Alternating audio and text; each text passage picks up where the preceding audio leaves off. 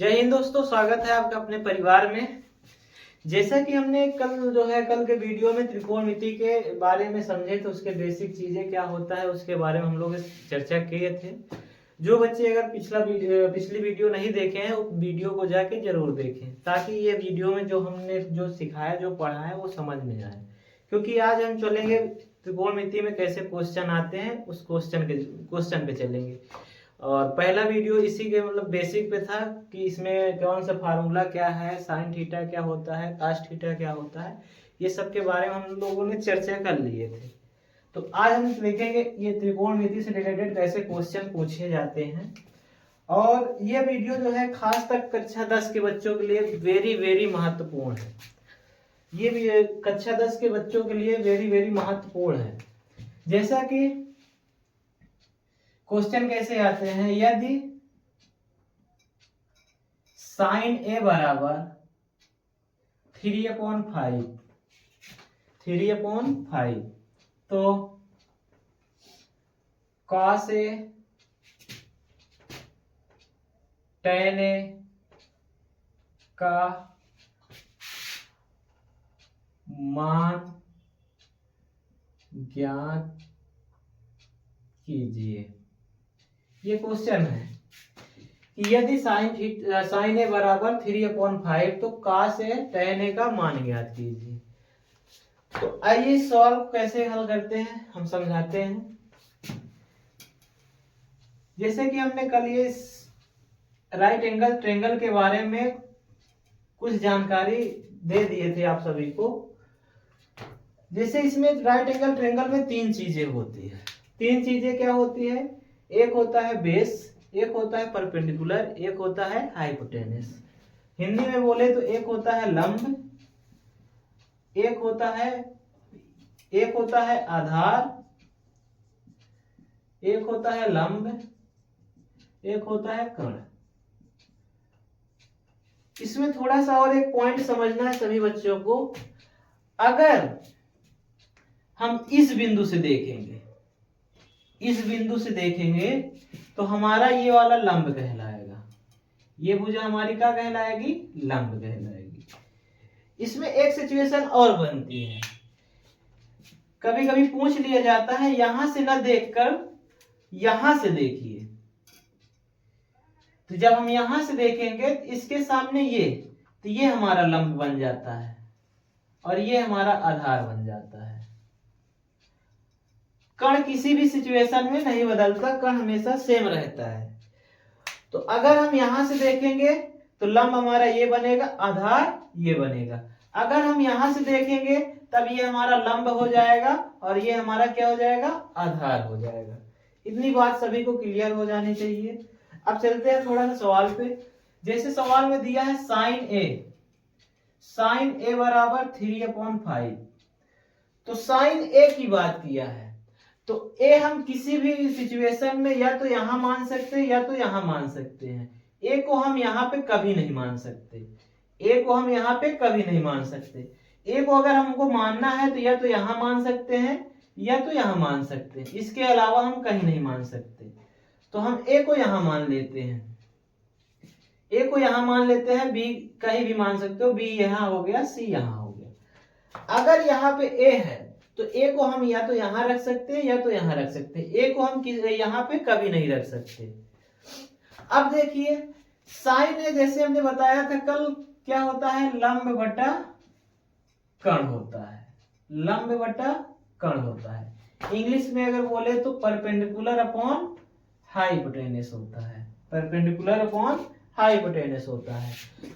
तो अब देखिए ए हमारा यहां है, ए हमारा यहां है, तो यहां से अगर देखेंगे तो हमारा इसके सामने ये है लंब, लंब हमारा कितना हो जाएगा? 3। कर्ण जो हो जाएगा हमारा 5। अब रही बात आधार, आधार हम कैसे निकालेंगे? क्योंकि हमारा cos ए है, cos ए और tan ए। cos ए क्या होता है? आधार बटा कर्ण होता है। cos ए जो होता है हमारा आधार बटा कर्ण होता है। आधार मतलब base upon hypotenuse, base upon hypotenuse. तो उसी तरीके से tan क्या होता है, लंब बटा आधार होता है, लंब बटा आधार होता है।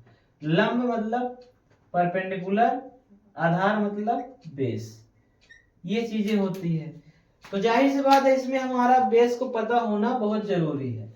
तो सबसे पहले सभी को एक फार्मूला याद होना चाहिए, उस फार्मूले का नाम है पाइथागोरस प्रमेय का सूत्र। पाइथागोरस प्रमेय का सूत्र, ये सूत्र बहुत ही महत्वपूर्ण है अगर त्रिकोणमिति में देखा जाए तो। ये फार्मूला होता है कण का स्क्वायर बराबर लंब का स्क्वायर प्लस आधार का स्क्वायर।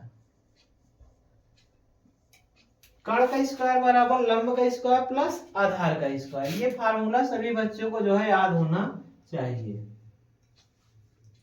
अब देखिए जैसे कण दिया है यहाँ पे 5, तो यहाँ पे क्या हो जाएगा 5 का स्क्वायर बराबर लंब दिया है कितना 3, तो 3 का क्या हो जाएगा होल स्क्वायर प्लस आधार, आधार हमको क्या करना है निकालना है, तो आधार का स्क्वायर, इसको पड़ा रहने देंगे।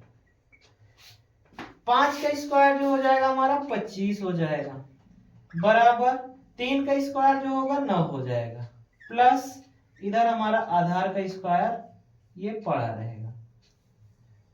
अगर ये 25 है इधर ये प्लस इधर आएगा -9 बराबर इधर बचेगा आधार का स्क्वायर, इधर बचेगा आधार का स्क्वायर। अब देखिए 25 में से अगर 9 जाएगा तो हमारा बचेगा 16 बराबर इधर बचेगा हमारा आधार का स्क्वायर, आधार का स्क्वायर। अब इधर स्क्वायर हटेगा जब तो इधर रूट चढ़ेगा, स्क्वायर हटेगा तो रूट, स्क्वायर हटेगा तो इधर ये रूट चढ़ जाएगा, स्क्वायर हटेगा तो रूट चढ़ेगा तो इधर बच जाएगा सिर्फ आधार। रूट 16 जो होता है हमारा 4 का मान होता है, रूट 16 जो होता है हमारा किसका मान होता है 4 का। तो जो आधार का मान हमारा कितना आ गया 4 आ गया, जो आधार हमारा ये हमारा आधार का मान कितना आ गया 4।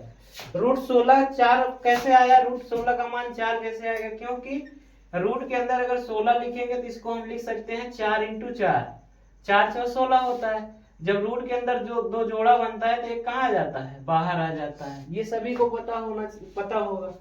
अब जैसे आधार भी हमारा आ गया 4, तो का से हमारा जो आया था, का से हमारा आया था आधार बटा कण, तो आधार हमने कितना निकाला 4, कण हमारा कितना दिया है 5, तो 4/5 ये हो गया हमारा आंसर। इसी तरीके से tan है हमारा क्या है लंब बटा आधार, लंब हमने कितना माना है, मतलब लंब हमारा जो है 3 दिया है, आधार कितना दिया है 4, तो 3/4 इसका भी आंसर हो गया। तो इसी तरीके से इसके जो है ये अभी नॉर्मल सा क्वेश्चन था, अभी इससे जो है ऊंचे लेवल के भी क्वेश्चन आएंगे। ये तो सबसे जो है थोड़ा सा नीचे लेवल का क्वेश्चन है, अभी हम बेसिक पढ़ रहे हैं, इसकी वजह से अभी छोटे क्वेश्चन से एडवांस मतलब 0 लेवल से एडवांस लेवल तक भी चलेंगे। अगर ये क्वेश्चन को अगर आप सभी को जो है अच्छे से समझ में आया हो तो हम एक क्वेश्चन होमवर्क के तौर पर दे रहे हैं, इसको जो है जरूर करके जो है आप सभी जो है कमेंट बॉक्स में आंसर जरूर करिएगा। क्वेश्चन क्या है यहाँ पे हम लिख दे रहे हैं यही क्वेश्चन को कि यदि साइन ए बराबर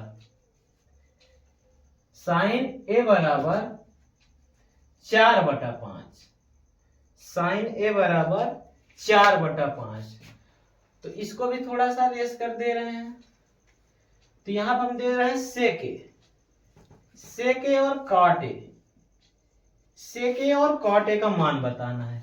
ये जो क्वेश्चन है हमारा ये होमवर्क है और इसको सभी बच्चे जो है करके कमेंट बॉक्स में आंसर जरूर देंगे, ताकि हमें पता भी चले कि कौन बच्चा इस सवाल को समझ के किया है कौन नहीं किया है।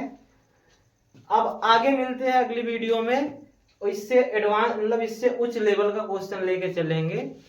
इस वीडियो को हम आज यहीं तक रखते हैं। अगर वीडियो आपको पसंद आया हो तो वीडियो को लाइक जरूर करिए और अपने दोस्तों के साथ शेयर जरूर करिएगा। तब तक के लिए धन्यवाद।